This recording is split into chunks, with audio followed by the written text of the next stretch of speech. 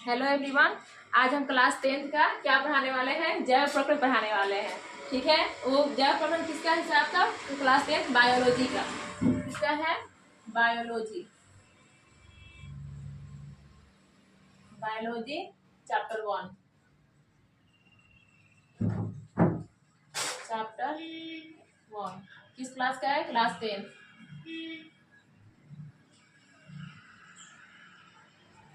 Class 10th। ठीक है, biology के क्लास 10 के बायो में चैप्टर 1 में क्या पढ़ना है आपको? पढ़ना है आपको कि लाइफ प्रोसेस यानी जैव प्रकरण क्या है, यानी कि लाइफ प्रोसेस। सबसे पहला क्या होता है, जैव प्रकरण किसे कहते हैं? हमको ये जानना है कि जैव प्रकरण कहते किसे हैं। तो वे सारी क्रियाएं जिनके द्वारा जीवों का अनुरक्षण होता है उसे क्या कहते हैं? जैव प्रकरण कहते हैं। ये बात आपको पता होनी चाहिए कि लाइफ प्रोसेस कहते हैं। देखिए, जैव प्रकरण कहने का मतलब कि आपके पास कोई भी इंसान अगर जिंदा है तो उसके लिए क्या क्या जरूरी है? आपके लिए पाचन जरूरी है, पोषण मतलब न्यूट्रिशन जरूरी है, ठीक है, डाइजेशन जरूरी है, रेस्पिरेशन जरूरी है, मतलब श्वसन करेगा, वो उत्सर्जन करेगा, उसके बाद उसका क्या करेगा? वहन करेगा। वहन करने के लिए क्या होगा? सबसे पहले मान चलिए कि आपका जैव प्रकरण सभी जीव में जैव प्रकरण की प्रक्रिया होती है। ठीक है, उसमें क्या होता है आपका?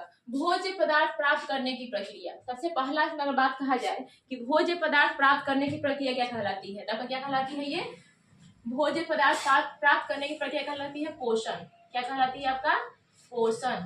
यानी कि स्पेलिंग इसको बोलेंगे तो न्यूट्रिशन बोलते हैं। क्या बोलेंगे इसको हम? न्यूट्रिशन। आप जैसे मतलब जितना भी भोज्य पदार्थ प्राप्त कीजिएगा, क्या बोलते हैं, आप खाना जो भी खाइएगा तो सबकी प्राप्ति से क्या होता है? पोषण मिलेगा आपको। ठीक है, दूसरा आपका आता है जटिल भोज्य को सरल भोज्य पदार्थ में तोड़ने की प्रक्रिया। ऐसा कहने का मतलब क्या होता है? ऐसा कहने का मतलब ये होता है कि आप क्या खाते हो? चावल खाते हो, रोटी खाते हो, मतलब बहुत जटिल भोजन को खाते हो। अब भोजन को खाते हो, उसको पचाने के लिए ऐसा तो नहीं है कि आप चावल खाइएगा तो पूरी की पूरी चावल आपको पूरा पच जाएगी। उसके लिए क्या जरूरी है? जटिल भोजन है आपको। अब जटिल भोज्य पदार्थ को सरल अणु में तोड़ने की प्रक्रिया क्या कहते हैं? हम क्या कहते हैं? जटिल भोज्य पदार्थ को सरल भोज्य पदार्थ में तोड़ने की प्रक्रिया क्या कहलाती है आपका? बताइए क्या कहलाती है? पाचन। ठीक है, पाचन कहलाती है। अब यहाँ पे आते हैं, जब आपका जो भोजन होता है, जटिल भोज्य पदार्थ जो आपका सरल में टूट गया, अब टूटने के बाद क्या होता है आपका? सरल भोज्य से ऊर्जा निर्माण की प्रक्रिया। अब उस सरल भोज्य तो आप तो खाना खाएं, दाल रोटी चावल जो भी आपके पास खाना है वो खाना खाएं। खाना खाने के बाद वो जटिल भोज्य पदार्थ आपका सरल में टूट गया। टूटने के बाद क्या हुआ? अब आपका भोजन तो पच गया। पचने के बाद आपका क्या होगा? उसे ऊर्जा का निर्माण होगा, यानी कि अब ऊर्जा होगा तो ऊर्जा के निर्माण की प्रक्रिया से क्या होगा आपका? श्वसन। ये क्या कहलाएगा आपका प्रक्रिया?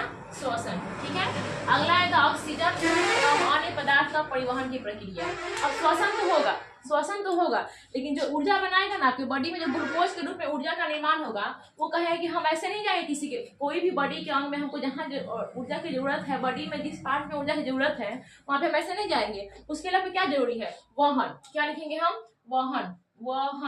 वहन जरूरी है। ठीक है, अब उसके बाद क्या होता है आपके बॉडी में? क्या हुआ? आप पोषण किए, यानी कि भोज्य पदार्थ से आप ऊर्जा की प्राप्ति किए, अब पाचन किए, पाचन करने के बाद श्वसन हुआ, श्वसन करने के बाद आपका वहन हुआ, वहन करने के बाद आपके भोजन करने के दौरान, पाचन करने के दौरान, पाचन के बाद आप उसमें श्वसन किए, ऊर्जा निर्माण किए, ऊर्जा का वहन किए। ऊर्जा का वहन करने के बाद बहुत से कुछ अवशिष्ट पदार्थ भी बनते हैं।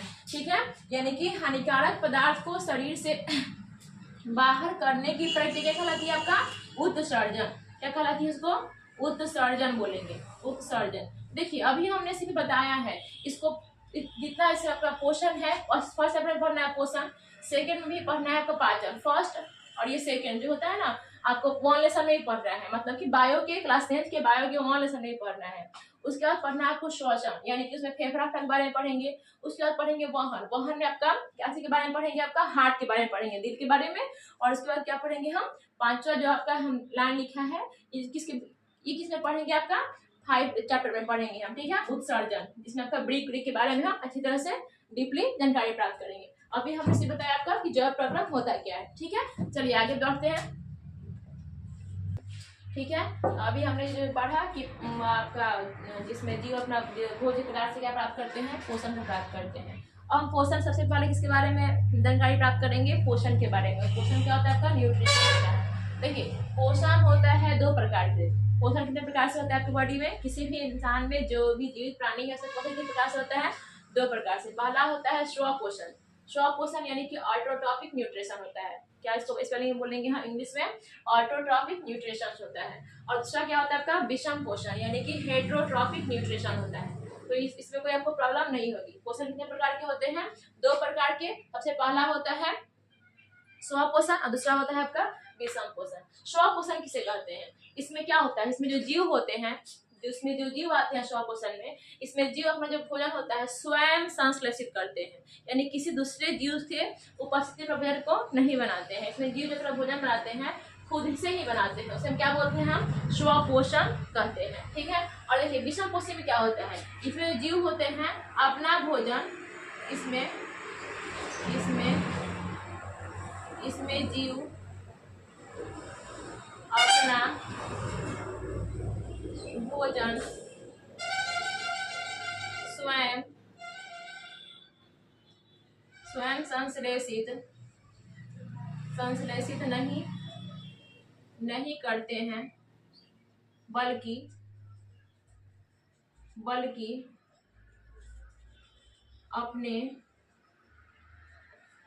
बल्कि अपने भोजन के लिए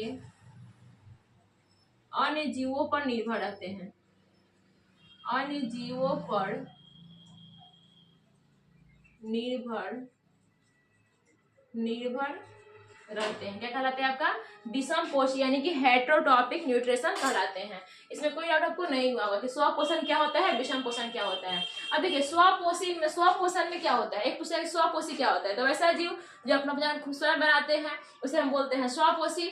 सभी प्रक्रिया क्या कहलाती है आपका स्वपोषण कहलाती है। विषम पोषी पूछता है कि बताइए स्वपोषी और विषम पोषी में क्या अंतर है, तो वैसा जीव जो अपना भोजन स्वयं नहीं बनाते हैं बल्कि अपने भोजन के लिए किसी न किसी रूप में अन्य जीवों पर निर्भर रहते हैं, उसे क्या कहेंगे हम विषम पोषी, या फिर इस सभी प्रक्रिया क्या कहेंगे हम विषम पोषण कहेंगे। ठीक है। अब यहाँ पे आते हैं हम कि स्वपोषण कितने प्रकार के होते हैं। जो स्वपोषण होते हैं आपका 2 प्रकार के होते हैं। पहला स्वपोषण होता है जो प्रकाश संश्लेषित स्वपोषण होता है, जो सूर्य के प्रकाश की उपस्थिति में होता है। और दूसरा होता है रसायन संश्लेषित स्वपोषण, ये आपको होता है सूर्य के प्रकाश की जरूरत नहीं होती है। अब सूर्य की प्रकाश की उपस्थिति में होता है इसे क्या बोलते हैं प्रकाश संश्लेषित स्वपोषण, प्रकाश संश्लेषण करेंगे हम।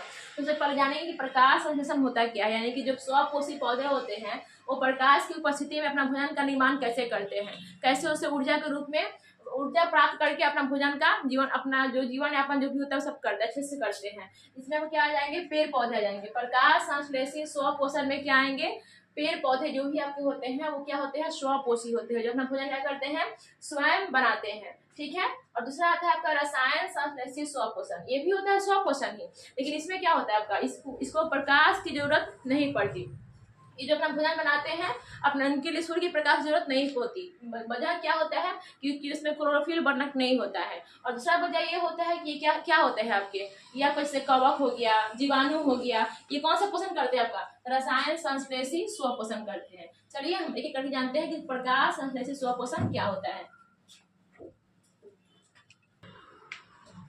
अब यहाँ पे क्या होता है, हमको पढ़ना है कि प्रकाश संश्लेषित स्वपोषण क्या होता है। सबसे पहले आपका इसमें आता है कि प्रकाश संश्लेषण क्या होता है। क्या होता है आपका प्रकाश संश्लेषण क्या होता है, तो वे सारी क्रियाएं जिसमें जीव जो आपका जीव होते हैं वो सूर्य की प्रकाश की उपस्थिति में अपने भोजन को बनाते हैं। ठीक है। खुद ही अपने भोजन को बनाते हैं, उसे क्या कहते हैं प्रकाश संश्लेषण कहते हैं। अब प्रकाश संश्लेषण में क्या होता है, सबसे पहले अगर इसको समझा जाए तो एक सूर्य हो, ठीक है, सूर्य है, ये क्या है आपका सन, सूर्य है।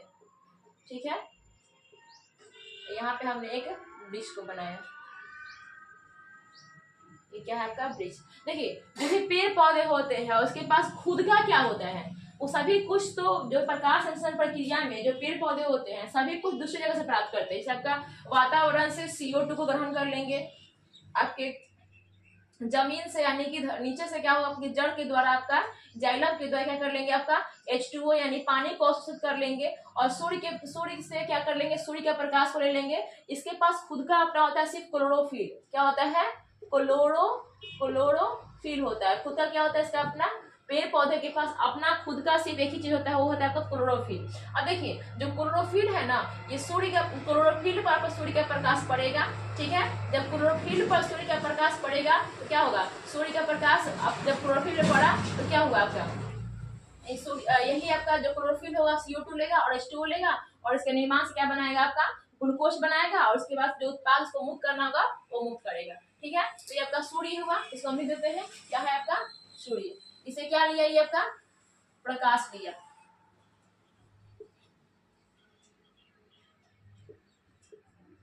सूर्य से क्या लिया, प्रकाश लिया।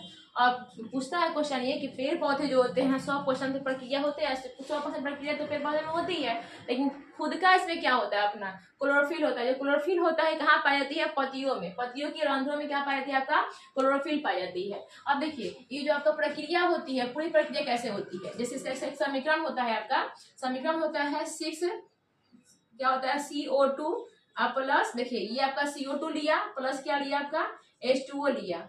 H2O लिया किसकी उपस्थिति में, क्लोरोफिल की उपस्थिति में, क्लोरोफिल, इसको क्या लिखेंगे हम, क्लोरोफिल की उपस्थिति में CO2 और H2O लिया।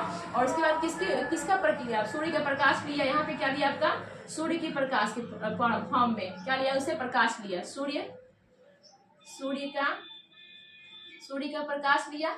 और सूर्य का प्रकाश लेकर क्या निर्माण करेगा, CO2 प्लस H2O मिलकर क्या बनेगा, आपका C6H12O6 C6H12O6 प्लस H2O क्या बनेगा O2, जो है आपका वो ऊर्जा के रूप में उसे मुक्त कर देगा। देखिए क्या बताया, O2 आपका क्या हुआ, CO2 लिया, जो पेड़ पौधे आपका है। देखिए क्लोरोफिल जो होता है ना, सूर्य की प्रकाश को अवशोषित करता है। इसका काम क्या होता है, यह सूर्य की प्रकाश को अवशोषित करेगा, वातावरण से CO2 को लेगा और क्या होगा, जड़ द्वारा जल को लेगा और सभी को मिलाकर क्या बना देगा, आपका कार्बोहाइड्रेट। जो पेड़ पौधे इसके बाद सभी पदार्थ लिया, आपका सूर्य के प्रकाश से, आपका सूर्य का प्रकाश लिया, उसके बाद वातावरण से CO2 लिया, उसके बाद H2O लिया और सब मिला क्या उसने बनाया, कार्बोहाइड्रेट। क्या बनाया आपका, कार्बोहाइड्रेट,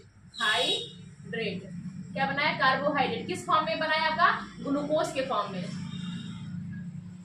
ग्लूकोज के फॉर्म में। और ग्लूकोज का फॉर्मूला क्या होता है, आपका C6H12O6। इस फॉर्म में क्या हुआ, उन्होंने आपका वातावरण CO2 लिया, आपका उसके बाद H2O यानी जल लिया, उसके बाद सूर्य का प्रकाश लिया, सभी को मिलाकर उन्होंने क्या बना दिया, क्लोरोफिल की उपस्थिति में उन्होंने कार्बोहाइड्रेट बनाया। जो कार्बोहाइड्रेट बनाया किस फॉर्म में बनाया, आपका ग्लूकोज के फॉर्म में, जिससे उससे क्या मिलेगी, पेड़ पौधों को ऊर्जा मिलेगी। और साथ ही साथ उन्होंने ग्लूकोज तो बनाया ऊर्जा के फॉर्म में, क्या है पेड़ पौधे का जो ऊर्जा है, इसे अपना क्या करेगा, पेड़ पौधे इसी ऊर्जा के द्वारा अपना पेड़ पौधे जो होता है उसे वृद्धि होगी, जो भी कुछ काम होना होगा पेड़ पौधे का वो सब होगा। लेकिन उसके बाद क्या होगा, उसके साथ साथ उन्होंने क्या किया, O2 को मुक्त भी किया। उत्पाद जो हुआ O2 को मुक्त किया, ऑक्सीजन को मुक्त किया। वही ऑक्सीजन क्या करते हैं, जो जानवर होते हैं, जो जीव होते हैं, जितना भी धरती पर जीव या जीवन अपन करते हैं, क्या करते हैं, आपका ऑक्सीजन को ग्रहण करते हैं, ठीक है। तो ये क्या था, आपका प्रकाश संश्लेषण था। तो यहाँ पे हम लिख सकते हैं, यहाँ पे जब प्रकाश संश्लेषण की प्रक्रिया होती है, यह क्या होता है, यह प्रकाश ऊर्जा को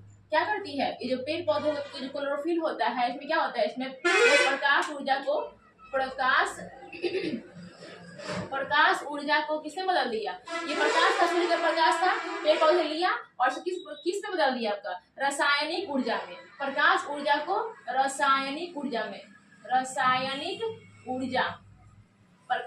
को रासायनिक ऊर्जा में बदल दिया, ठीक है। अब देखिए जो क्लोरोफिल होता है, इसका काम क्या होता है, यह सूर्य के प्रकाश को अवशोषित करता है। यह सूर्य के प्रकाश को